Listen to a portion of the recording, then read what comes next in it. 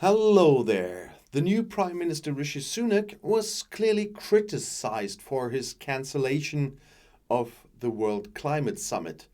And now another Briton is to take part, and it's Boris Johnson. So the incumbent British president of the World Climate Conference, Alok Sharma, has criticized the new Prime Minister Rishi Sunak for his cancellation of the next climate summit COP27. I'm very disappointed that the Prime Minister is not going. That's what Sharma told the Sunday Times newspaper. Sunak explains his absence with urgent domestic political issues. Numerous other heads of state and government are expected at the summit, which begins next weekend in Sharm el-Sheikh in Egypt. Sharma said he understood that the new Conservative Prime Minister would have many issues to deal with after taking office on Tuesday. However, by staying away, Sunak is risking a British leadership position on environmental issues. The previous summit took place in Glasgow in Scotland, and Sharma sat as COP president or COP president with ministerial rank in the Conservative cabinet, but lost his seat after another change of government in London. Well, there were a lot of changes recently. At the beginning of the meeting in Sharm el-Sheikh, the presidency of the World Climate Summit will pass from Great Britain to host Egypt. Sharma is reportedly set to lead the negotiations for the UK anyway. One of Sunak's predecessors, Boris Johnson, is now apparently interested in participating. According to the British Guardian, he is considering travelling to the COP. However, the Cabinet Office responsible for planning the climate summit told the newspaper it could not answer directly whether Johnson was attending the event. The British Observer reported that Johnson wanted to show his solidarity with the climate movement by attending COP27. It was initially unclear whether the ex-Prime Minister planned to appear as part of the British government's official delegation as a guest of the new Egyptian COP presidency or as a guest of a non-governmental organization, a so-called NGO. In fact, Johnson's appearance could be seen as an implicit criticism of Sunak and a provocation. Should Johnson open in Sharm el-Sheikh, it would have an explosive effect on the new government at 10 Downing Street, wrote The Guardian, for example. In fact, Boris Johnson's participation in the climate summit could be read as open criticism, as I said, of the course taken by Rishi Sunak's government. Shortly after taking over the business, they spoke out in favor of climate protection, but then had to communicate Sunak's rejection. Criticism followed immediately, including from within their own ranks.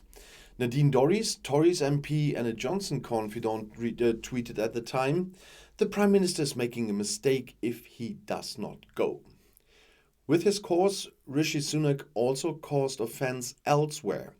British media reported that none other than King Charles III was angry with his Prime Minister. Sunak is also said to have urged the monarch not to attend the climate summit either, as trusted before, by the way. Such reports were denied by Buckingham Palace, though. According to a statement by the royal family, the decision that the king would not take part was made by mutual consent with all parties. Sunak spoke out in favor of climate protection shortly after taking over the business, but rejected the summit a little later. So, contradiction there. There was also criticism, as I said, from within the ranks, but so far I mostly have seen some Johnson allies like Dorries I cited earlier, and we'll see. But former Economy Minister Alok Sharma, a close follower of Johnson as well, as I said, served as the president of the Glasgow UN meeting. The Indian-born politician cried at the end of the conference in the face of various difficult compromises on the global coal phase-out and the methane reduction. Many participants gave him good marks for his tireless work. Those familiar with the matter were all the more alarmed at the news last week that Sunak no longer took Sharma into account in the new government. Sharma is still traveling to Egypt as acting COP president, of course, as are the heads of departments for foreign affairs, the environment and the economy. However, In an interview with the Sunday Times, Sharma said he was, rather disappointed about Sunak's cancellation. His participation would have been a signal of our commitment, he said. The Prime Minister, as I said, justified his decision with urgent domestic political problems. The future budget policy is at the forefront because the short-term Prime Minister Truss had brought the island a mini financial crisis. Sunak and Chancellor of the Exchequer Hunt must find ways by the end of the month to plug a $1 billion budget deficit estimated at up to £50 billion. Like many other climate politicians, Sharma is of the opinion that climate-friendly politics and solid state finances are by no means opposites. On the contrary, it's not just about the environment. If we do it right, it's also about new jobs and additional investments from abroad, he said. On the other hand, the COP president does not think much of new licenses for oil and gas production in the North Sea, which will soon be issued by the London government. The project is not compatible with the legally binding goals of decarbonising the British economy. The UK has committed to meeting its energy needs from renewable sources by 2035. The British media likes to point out the financial dependencies of top politicians whose parties receive hardly any state support. Sunak has raised more than 500,000 donations from corporations and wealthy businessmen over the past year for his 2 attempts to win the highest party and government office. The equivalent of €164,000 came from companies in the energy and aviation sectors. The Prime Minister is siding with the big oil and gas companies, not the people. That's how Labour energy spokesman Edward Miliband commented on this. The opposition is also critical of the new man in Downing Street sticking to a decision made by his predecessor. Unlike the USA and France, the kingdom will not be represented, as I said, in Sharm el-Sheikh. And it's not that only the British and a lot in Britain are angry about this. The whole world is looking at Sunak now and shaking their heads. And to be honest, the palace obviously tries to stay a bit like it was on a Queen Elizabeth with not going heads on head with the government. But Queen Elizabeth II urged statesmen from all over the world to hear the call of future generations that time. None of us will live forever, she said.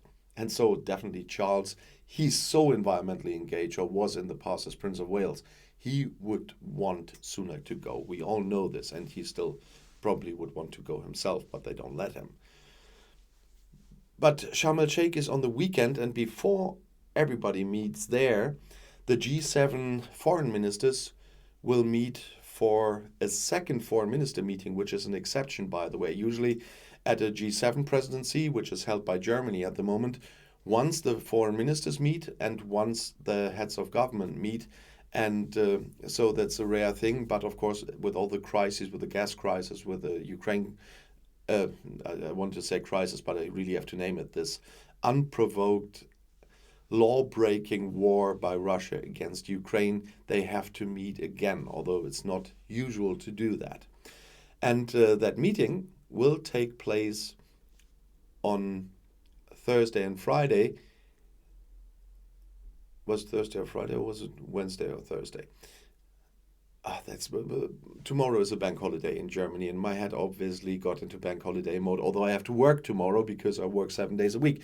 But still, this week they meet for 2 days, and that will be in my hometown here in Münster in North Rhine-Westphalia in Germany, where I'm filming these videos every day. And the fun part is, whenever you see something on the news about the G7 foreign minister meeting, and you see some really nice historical buildings, the most recognizable will be our city hall. There, and in Osnabrück in Lower Saxony, the Westphalian Peace, as it's called, to end the 30-year war, has been signed. And right in that building where the signing in Münster took place, the people will meet. and the hall they will meet in, which you will see on television most probably, with the glass windows and the really it's the colored glass windows and the old wooden interior and everything, and the red leather seats at the sides. That is the hall where our city council meets, and that is the city council sessions where I'm also sitting as deputy district mayor, because we do have seats there. And so you can have a glimpse of places I'm regularly going to. So it's quite interesting. And depending on the security measures, um, I would see if I can get some footage of the buildings and stuff when I have to be in town at that time as well. I can't promise you that I will be exactly the time when they arrive and stuff like that. I won't manage that, but I will do some footage of that places where they are meeting as well, and bring you some on my global channel with the next video I'm doing there, and when I'm talk about the meeting, definitely. And but that is my hometown that you will see there. And so I thought I should mention this so that you can have a look on the news. And I'll see you in my next video. I'll be back.